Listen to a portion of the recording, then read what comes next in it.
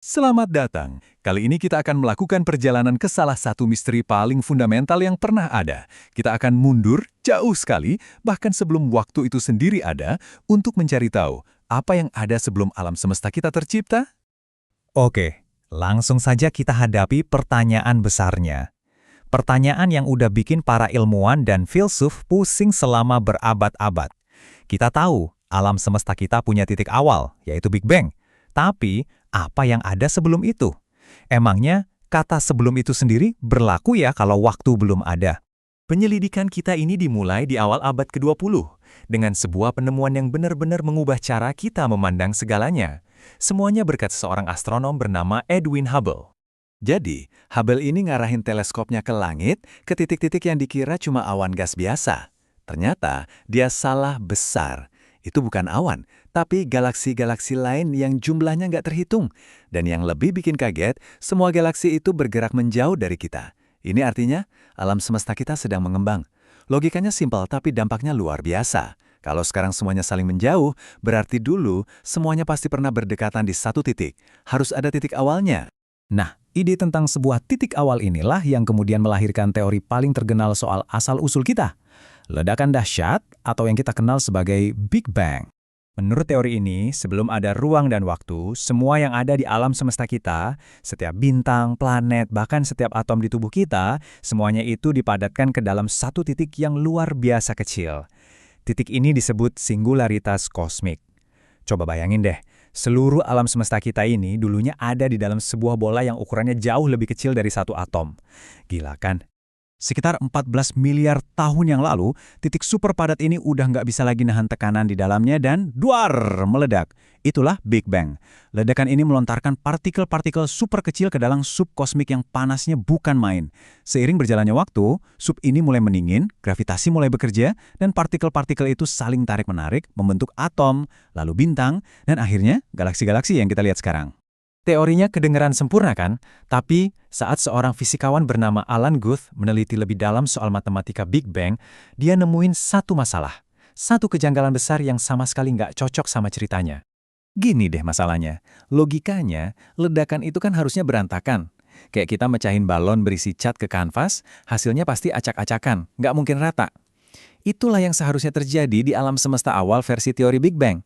Tapi pas kita amati sisa-sisa panas dari ledakan itu, loh kok alam semesta awal itu ternyata super mulus dan seragam di semua arah. Ini sama sekali nggak masuk akal.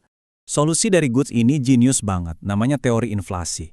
Dia bilang, sepersekian detik sebelum ledakan besar itu terjadi, ada sebuah momen di mana alam semesta mengembang dengan kecepatan super-duper cepat. Kayak kita niup balon, titik sekecil apapun di permukaannya bakal jadi rata dan mulus kalau balonnya kita tiup jadi raksasa. Nah, inflasi inilah yang menyetrika alam semesta jadi mulus dan memecahkan masalah keseragaman tadi. Dengan adanya teori inflasi yang dengan cerdasnya menambah lubang di teori Big Bang, kayaknya misteri asal-usul kita udah terpecahkan dong. Akhirnya kita dapat jawabannya. Atau jangan-jangan belum? Ternyata belum. Bagi beberapa ilmuwan, ide bahwa alam semesta ini muncul dari ketiadaan itu masih terasa aneh, belum lengkap. Kalau emang tadinya nggak ada apa-apa, lalu apa yang memicu Big Bang? Pertanyaan inilah yang membuka gerbang ke teori-teori lain yang lebih mencengangkan lagi. Fisikawan Martin Bojewald muncul dengan sebuah ide yang radikal banget. Gimana kalau alam semesta kita ini bukanlah yang pertama? Menurut Bojewald, kita perlu melihat waktu dengan cara yang berbeda. Di level kuantum yang super kecil, waktu itu nggak ngalir mulus kayak air, tapi lebih mirip kayak detak jarum jam, patah-patah. Jadi, nggak ada yang namanya titik awal yang sebenarnya. Akhir dari satu detak waktu hanyalah awal dari detak berikutnya. Teori ini ngasih kita gambaran alam semesta yang abadi, yang terus-menerus ada dalam siklus mengembang dan menyusut. Sebuah big bounce atau lentingan besar. Jadi, alam semesta kita ini mengembang, lalu suatu saat nanti akan menyusut lagi jadi satu titik yang kemudian akan melenting dan memicu Big Bang baru. Artinya, alam semesta kita ini bukan yang pertama, dan kemungkinan besar juga bukan yang terakhir. Ini adalah siklus tanpa akhir. Kalau itu belum cukup bikin pusing, ada lagi fisikawan Neil Turok dan Paul Steinhardt yang mencari jawaban di luar alam semesta kita. Teori mereka ini didasarkan pada M-teori yang super kompleks. Intinya, mereka bilang kalau seluruh alam semesta 3 dimensi kita ini sebenarnya ada di atas sebuah membran raksasa atau yang disebut brain. Coba bayangin deh, ini kayak selembar kertas yang luasnya tak terbatas. Nah, sekarang bayangin lagi, di jarak yang dekat banget, tapi tersembunyi di dimensi keempat yang nggak bisa kita lihat, ada brain lain. Sebuah alam semesta paralel yang ngambang persis di sebelah kita. Kita nih punya tetangga kosmik yang nggak akan pernah bisa kita sapa. Kedua brain ini nggak diem aja. Mereka bergerak, bergelombang. Dan sesekali mereka bertabrakan.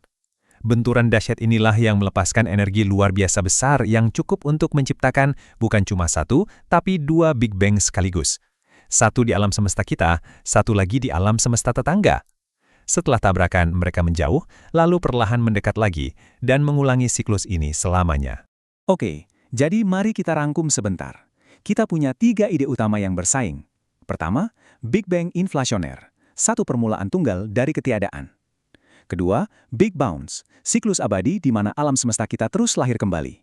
Dan ketiga, tabrakan brain, siklus tanpa henti di mana alam semesta paralel saling bertabrakan dan menciptakan satu sama lain. Ketiganya memberikan gambaran yang sangat berbeda tentang posisi kita di alam semesta ini. Jadi, teori mana yang benar? Sejujurnya sampai saat ini kita belum punya jawaban pastinya. Misteri ini masih jadi salah satu pertanyaan terbesar yang belum terpecahkan. Ide-ide tadi mungkin kedengerannya kayak di film fiksi ilmiah ya, tapi semua ini bukan tebakan asal-asalan loh. Semua ini didasarkan pada perhitungan matematika yang rumit dan keberanian untuk menantang semua yang kita pikir kita tahu. Itulah inti dari kemajuan sains, berani berpikir di luar kotak, bahkan kalau itu artinya kita harus membayangkan ada 11 dimensi. Sejarah juga udah membuktikan berkali-kali. Setiap lompatan besar dalam pemahaman kita, mulai dari ide bahwa bumi itu bulat, sampai teori Big Bang itu sendiri, awalnya selalu dianggap aneh, bahkan gila, sebelum akhirnya diterima. Rasa takut akan hal yang tidak diketahui, itu adalah bagian dari proses penemuan. Jadi, untuk sekarang kita hanya bisa terus bertanya-tanya.